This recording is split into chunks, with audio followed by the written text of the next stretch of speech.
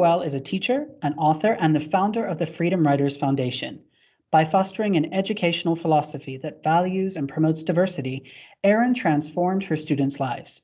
She encouraged them to rethink rigid beliefs about themselves and others, reconsider daily decisions, and ultimately rechart their futures. Erin and her futures captured their collective journey in the Freedom Writers Diary. She founded the Freedom Writers Foundation, where she currently teaches educators around the world how to implement her innovative lesson plans into their own classrooms. Erin created the Freedom Writers methodology, a progressive teaching philosophy and curricular designed to achieve excellence from all students. Today, Erin continues to fight for equality in education and inspires teachers and students all over the world with her work.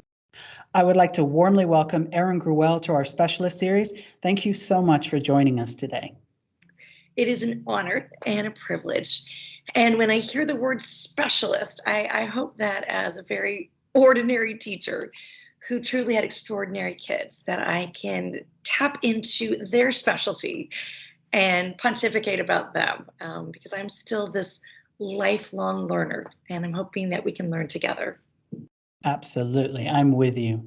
So I understand that you intended to be a lawyer, but instead you chose to be a teacher. We love a backstory. Can you tell us what led you to education?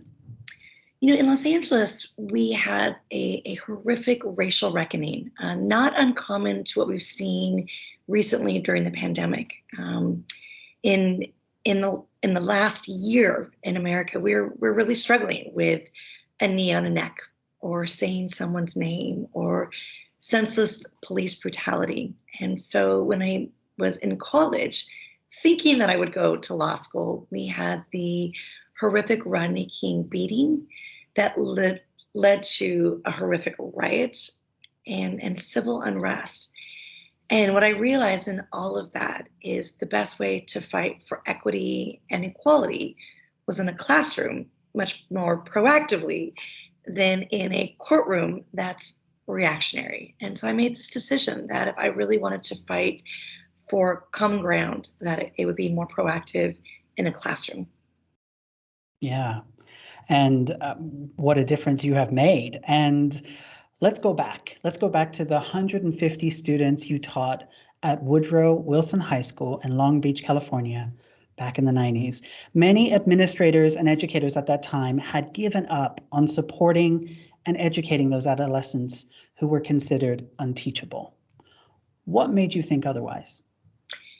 You know, Long Beach is not unlike London, you know, a very large urban contemporary community. But unlike London, we had some of the worst gang violence, and especially following those riots. So, in the community that I would actually begin to teach in, which is a suburb of Los Angeles proper, there was 126 homicides in a single year. So imagine if you're a teenager, you are used to burying a friend or a father.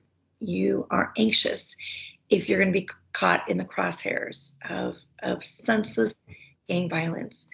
And so, in a very large school district, our school district at that time had about 97,000 kids.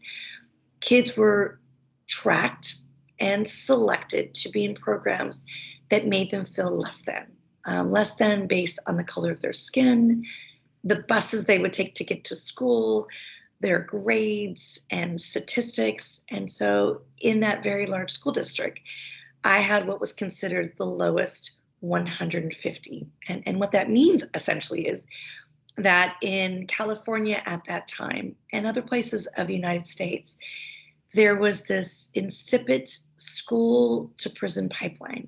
And a lot of young men, specifically young men of color, were already part of that school to prison pipeline starting in their primary years, starting when they walked into a school at the age of 5. And so the students that I had on my roster were kids who'd already been kicked out of classes, kicked out of schools, had already been incarcerated, had probation officers. Some of them even had an ankle monitor around their leg.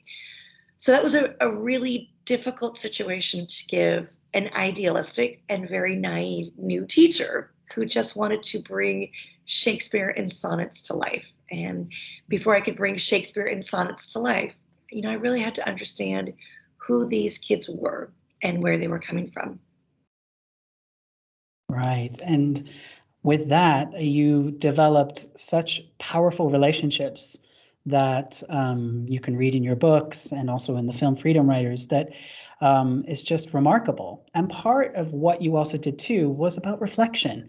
And that's kind of the theme of the episode today. So in the International Middle Years curriculum, or what we call the IMYC, we have something called the process to facilitate learning. And this process is repeated many times throughout an academic year, providing familiarity and routine to a student's learning journeys. Now, near the end of the process is the part called overarching reflection. And this is where we ask students to reflect from this overarching perspective on what's called the big idea. And that's at the end of the unit, and it enables students to make meaning of their learning. Students are given the opportunity to consider how their subjects are connected, how they might link to the big idea similarly or differently, and their personal response to the big idea, and also to what extent they think that it is true. So, based on your work and experience, what are some of the best ways for students to reflect and make meaning of their learning? It's a great question. It's a great question, and it's part of why you have such success is making education relevant. And part of that relevance for my students was also relationships. We were in a very racially divided community. My students were on the bottom of Maslow's hierarchy. So it was survival and where am I going to eat and where am I going to sleep today. So there was, a lot of food insecurity. There was a lot of young people who were transient. Economically, the community was struggling after those riots. So what I realized is my students didn't like reading, didn't like writing, didn't like each other, and they didn't like me, their teacher wearing polka dots and pearls. And so what I realized is, how do I make this relevant? How do I make education jump out of the pages of a book? And how do I engage them first and foremost when they're not feeling motivated? How do I enlighten them academically? Because that is my job. But most importantly, and what you do so brilliantly is, how do I empower them when the lesson is done, that the lesson stays with them? And so a lot of what I did initially was almost like guerrilla tactics, getting into the trenches and just really trying to communicate with them, not speaking at them, but with them, and trying to activate their prior knowledge. Which you do so brilliantly is, what are these young people bringing into my classroom? What do they know? What is my competition, which is everyone's competition, which is pop culture, the song, the movie, the Marvel character, everything that happens outside of an educational forum. So I realized I have to learn everything that they know to somehow take my lesson plan, whether it's Shakespeare and a sonnet, and make it relevant to what they know. So if I'm going to teach a sonnet, then I need to understand Tupac and A Rose in Concrete. And that was kind of my strategy initially is, what are they listening to? Who are their icons and activists that they gravitate to?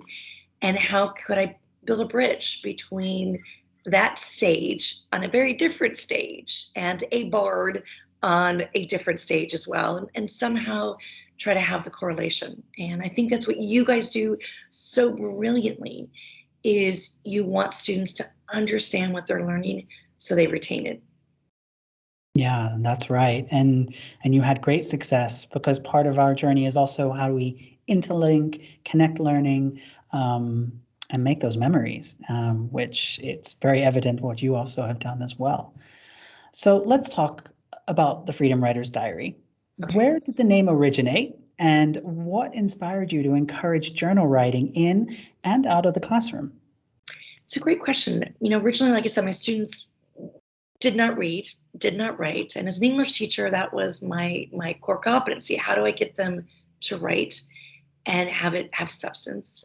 How can I find meaningful books that speak to them of substance? And then how can I have some kind of legacy with words and not weapons, which we were seeing in our community. So if for those of that have seen the feature film, there's a beautiful anecdote that they recreated, which was called the line game. And the line game was just this opportunity for me to strip my classroom of what felt academic, number two pencils, ballpoint pens, tests and desks, and really have my students see each other, hear each other, and understand their plight. In playing that game, that was actually anything but a game, what I was unearthing was pain, and pain is universal. And so what I wanted to do was to find stories that reflected some of the things that brought my students to the line in the first place. And when the game was over and my students were exiting my classroom, one of my students made a comment that he felt like he lived in an undeclared war. And it made me think of other people who had lived in real wars. And rather than reaching for their fist or a gun, or as my students had done during the riots, a Molotov cocktail, young authors reached for a pen, be it Anne Frank in that attic, or Zlata Filipovic in Bosnia-Herzegovina during the genocide. So that was my first attempt. If I can get books written by, for, and about kids who lived in a real war, and chronicled their story, and use words, not weapons, that maybe my students could realize that they too could chronicle, they too could bare their soul, and writing would become a way for us to bear witness. So that was my first idea, was I want them to be exposed to the Diary of Anne Frank first and foremost, which then led us to Zlata Filipovic's incredible diary. At that time, she was being held as the modern day Anne Frank. And those two storytellers became a way to pass a baton to my students to pick up a pen and write their story. So that was the first impetus. And the name Freedom Writer came from these really courageous civil rights activists in America who were teenagers, not much older than my students, who wanted to fight racism and segregation in our country. Our country is still grappling with our past and trying to learn from our past so we're not doomed to repeat it. And part of that past was slavery. Part of that past was horrific Jim Crow laws. Part of that past was separate schools and segregation. So these young teenagers named themselves Freedom Writers, R-I-D-E-R, and they rode buses. And it was an attempt for people to see them taking a stand and standing up, not standing idly by. So encouraging my students to learn from Freedom Writers planted the seed for them. Well, they rode buses and they tried to fight racism in America. Why don't we pick up a pen and fight racism with words? And it just became this really organic movement. And originally those words and those lessons from Anne Frank and Zlata Filipovic allowed my students to write with like reckless abandon and righteous indignation. And I think they thought, we're just writing for ourselves and we're just writing for our teacher. And I don't think we ever anticipated that those stories would be bound, that those stories would become a book, and those stories would ultimately be their legacy. And so I love that it was organic. I love that it just happened by happenstance. And I've learned that sometimes there are no accidents. So we've become these accidental activist, and in being accidental activist, writing is really at the forefront of everything we do. And transformative. I mean, look at where you've come and where those students are and what has done. I mean, talk about a ripple effect. It's quite incredible. And I think it comes down to that power of giving a voice. That's what, what you've also done here. So when it comes to reflecting, some adolescents, as you've definitely experienced, can be reluctant to pick up a pen to write, or might even find the process challenging. So I have some questions for you. Absolutely. So maybe we can kind of go through and see what your thoughts are on this, because you have many years experience. So first question I have is, how do you encourage students to write and write often? I try to make our classroom a safe space. I try to make the trust between that journal and their own voice something that's really sacred. You know, what I love that Anne Frank did is she named her diary. She named it Kitty. And then Zlata Filipovich, she named her diary Mimi. So there was almost like this friendship that was being created when you're writing to a friend, when you're revealing and exposing. So I wanted that same kind of comfort and familiarity to be in the process of writing.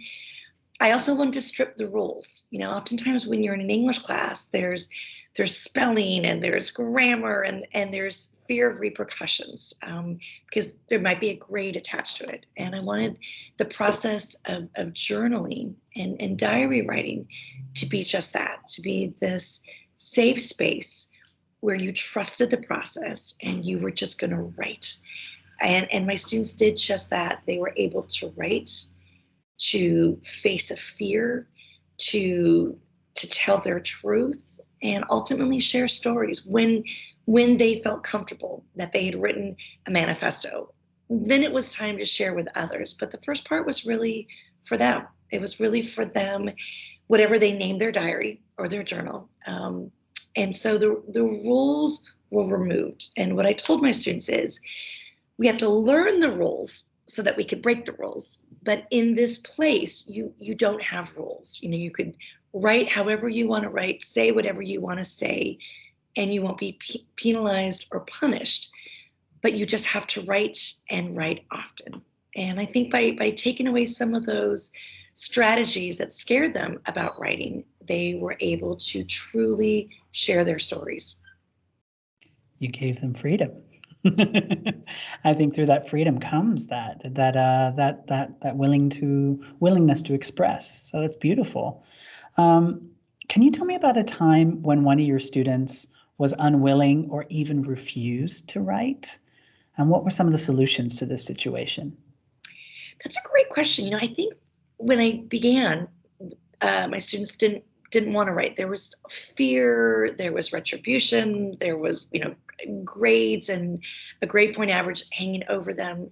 So what I realized is I had to be sneaky and subversive and make writing fun. I think for a lot of teachers, even though we're not drama teachers or performers, there's an element of theatrics and almost like jazz hands in a class. So I just realized I need to make writing relevant.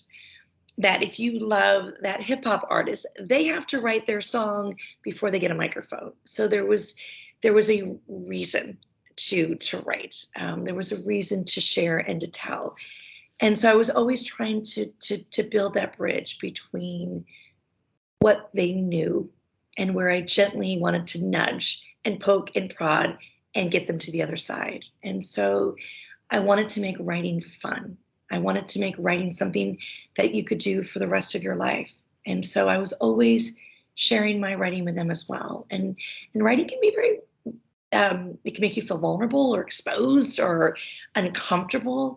And so as a teacher, I had to be willing to have all those emotions as well, to be vulnerable and exposed and uncomfortable and want to crawl under a desk and suck my thumb in fetal position if something was hard and difficult. But I've always felt that writing helps you work through things. And what my students needed more than anything was the ability to heal and to be whole.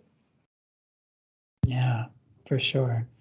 So it sounds like you just laid that foundation. You laid the ability to just write and express and that freedom. And because of that, maybe the issues weren't so much there because they saw it as something of, and also relevance. So you're saying about before we sing, before we do this, we need to write, and giving that it's sort of empowerment to them. It's wonderful. So in what created the best results in writing? Allowing students to free write? Were there journal prompts, questions? How was that?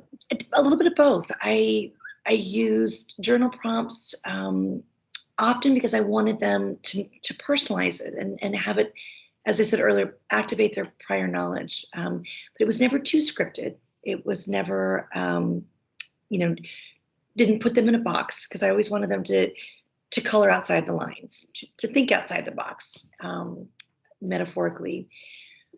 I think once they began to feel free to share, that was the real game changer, because for a lot of teens with angst specifically, there's this feeling of I'm alone. And when you break that third wall, and someone is standing in front of you and they have your story, and you realize I'm not alone, that is a huge moment in a teenager's life. And so I think there was a lot of aha moments, the proverbial light bulb that went off, because a lot of kids stay in the darkness. And I think for those of us in America, we're really grappling with what it's going to feel like as we emerge from this pandemic. We spent in certain states, my state specifically, the entire pandemic in a box, on a computer, in our homes. And so for a lot of kids, it's been like this lost year where they weren't physically writing, everything was on a computer, when they didn't have that freedom to stand in front of their classmates and have that nod or that glance or share a look. And so I think for a lot of educators globally, however the pandemic wreaked havoc on their teaching strategies, I think it's going to be really interesting as we come out of it. I think writing is going to be more important than ever, because I'm old-fashioned. I love a pen and a piece of paper. I love a good old-fashioned journal or a diary. There's something that creates that independence that's not fixated to a gadget or to a computer. And I hope as teachers, we don't lose that art of just the free rate. And that answers another question, because I wanted to ask, what do you see on the benefits of working on the laptop and writing, and then also with a pen or a pencil and paper? The idea of that. What are your feelings about that? The benefits, the pros and cons.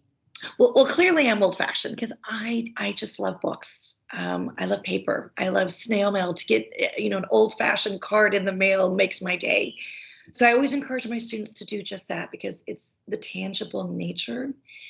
I think that because my students and I studied people who left behind a memento, Anne Frank and those words. At one point, the musings of a young schoolgirl at one point was the second most read book beside the Bible at one point. And that was because in that attic, for those 2 years during World War II, she wrote every single day. Yeah. So with folks that were able to write, be it Anne Frank with her diary, or Dr. Martin Luther King from a jail cell in Alabama, or even Nelson Mandela when he wrote letters from his jail cell in South Africa, there's something about something that's tangible, that we can feel, that often gets lost in translation if it's stuck in cyberspace or in a cloud or on a screen.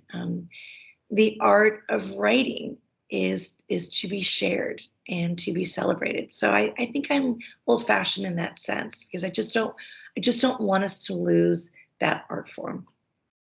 Yeah, I think many teachers are behind you on that, and I think some students too. So what other ways are there for students to reflect on their learning other than journaling? I think writing is a craft, and the more you do it, the better you become. I think for me, it was always giving my students the opportunities to journal, to write a memoir. Sometimes just writing a boring book report is not the answer. So I think what was really important was that this idea that variety is the spice of life. And so for me, as the educator, what I had to do was I had to go out and really elevate the variety. Poetic Devices, people who were great with poetry and or prose, people who wrote exquisite memoirs or were incredible with creative writing, people who followed the rules, people who broke the rules. As with music, there's such variety with writing, and I just wanted them to be exposed to that, whether it was E. E. Cummings or Faulkner. Those were great artists who knew the rules but could break the rules. And so sound and rhythm and cadence were really important in the writing process. So I loved my students to have the ability to stand up and showcase that sound and that cadence and that rhythm. And a lot of them became really involved in spoken word and poetry, and it became a great device for them to be an orator, but also to be a writer. I think the more you read, the better you write. So I just had to find the things for them to read to encourage them to continue writing. Fantastic. So what about your thoughts? You've mentioned previously, but going further, what about your thoughts on assessing journals? What should or shouldn't be assessed in the process? I believe that when you think of Anne Frank's diary, to this day, I still quote her. And one of my favorite quotes is, in spite of everything, I truly believe that people are good at heart. And so I think when people write from the heart, without judgment or grades, they're those beautiful nuggets, those truths.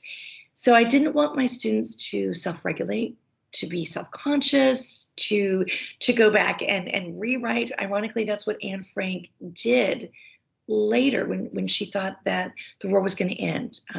She thought, I'm going to be this amazing journalist, and they're going to find my story and they're going to publish it. So she began to go back and try to rewrite some of her passages and was a little bit more self-conscious. I feel that with a journal, because it is and should be a safe space, that if you take away the taboos and anything that inhibits a kid, they'll just write like their hair's on fire. And so I think the journals was one place where they had freedom, where it was subjective and it wasn't regulated by rules. And I think that during a school day, there's a lot of bells and whistles and rules, and this was their freedom, and I wanted to honor that.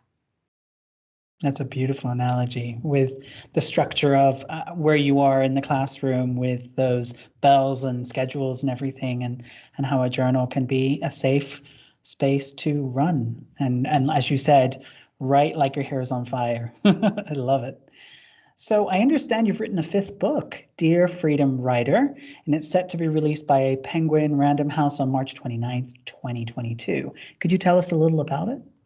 I'd like to say that I'm really more the maestro. The orchestra that's going to be bringing this book to life is 50 young people across the globe who wrote a letter, Dear Freedom Writer, to my original students and the teachers I have been fortunate to call Freedom Writer teachers. And their stories of angst. And in this letter, it was really a cry for help.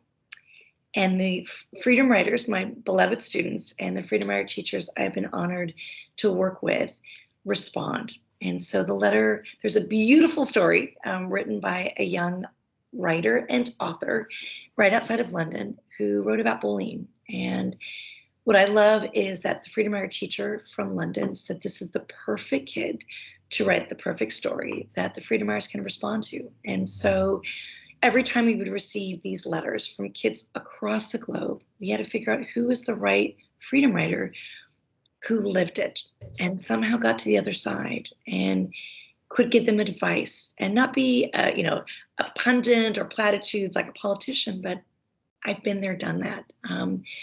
And a lot of these stories are about pain. We didn't know what we were unearthing when we started this project.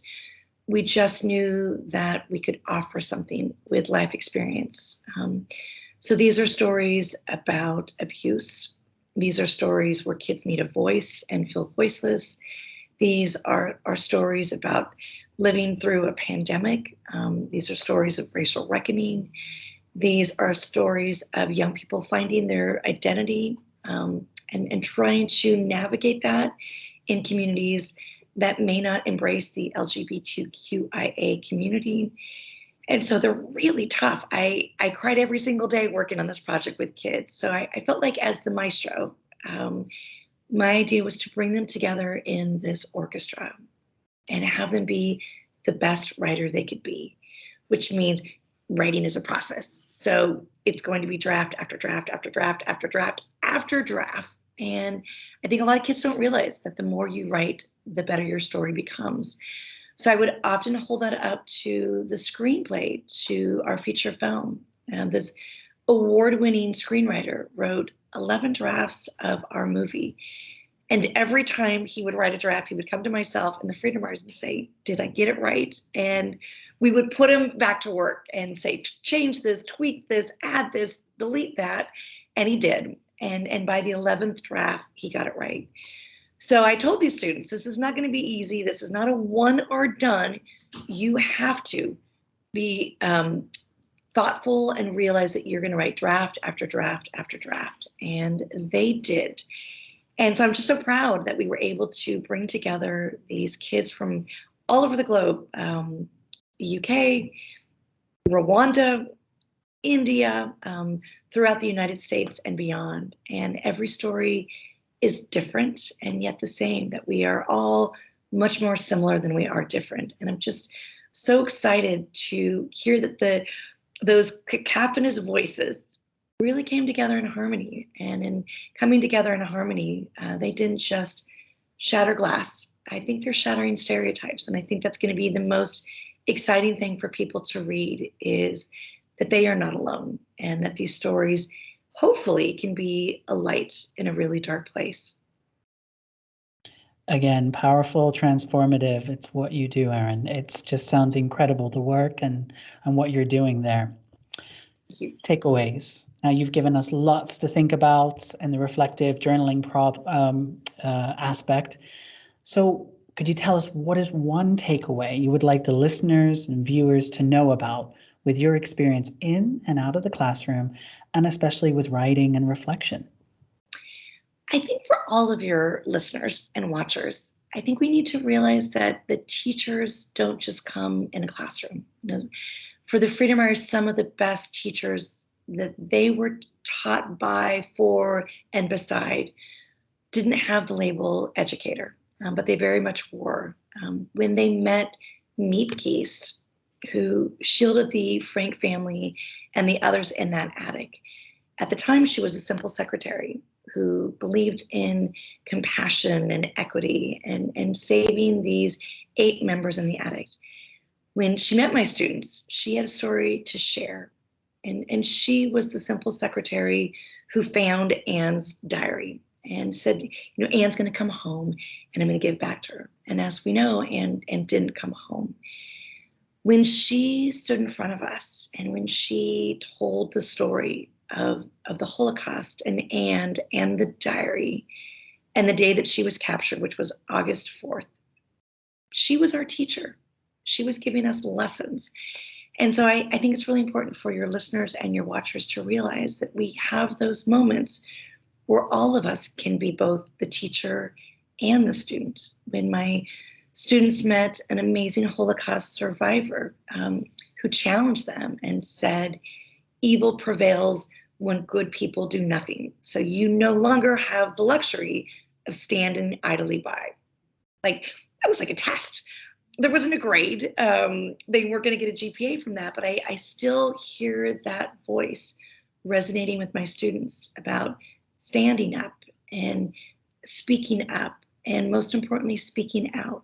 And so I think some of the best teachers my students were exposed to, it wasn't me with my polka dots and my pearls. It was these people from literature, or folks that I found, or storytellers.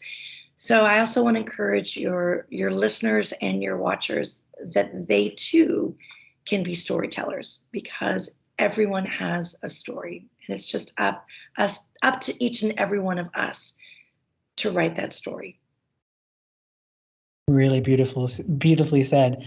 And you live those words, Erin. So thank you very much for sharing that. Thank you for your incredible insights today and all the work you've done, and will continue for sure to do with the work you do in the Freedom Writers Foundation. So for more information on Erin Gruwell's work, upcoming book, and if you would like to get involved and make a donation to our incredible foundation, please visit www.freedomwritersfoundation.org. All proceeds help fund with its training, outreach, curriculum, and scholarships. Thank you again, Erin, for your time and all your wonderful stories today. Thank you. And we are truly partners in this. I think that's what you do, is give a voice to the voiceless. So I consider myself your partner, your kindred spirit, and I would love to cross the pond at some point and see each and every one of you in action. So thank you for doing the good work, for celebrating the power of the pen and words rather than weapons.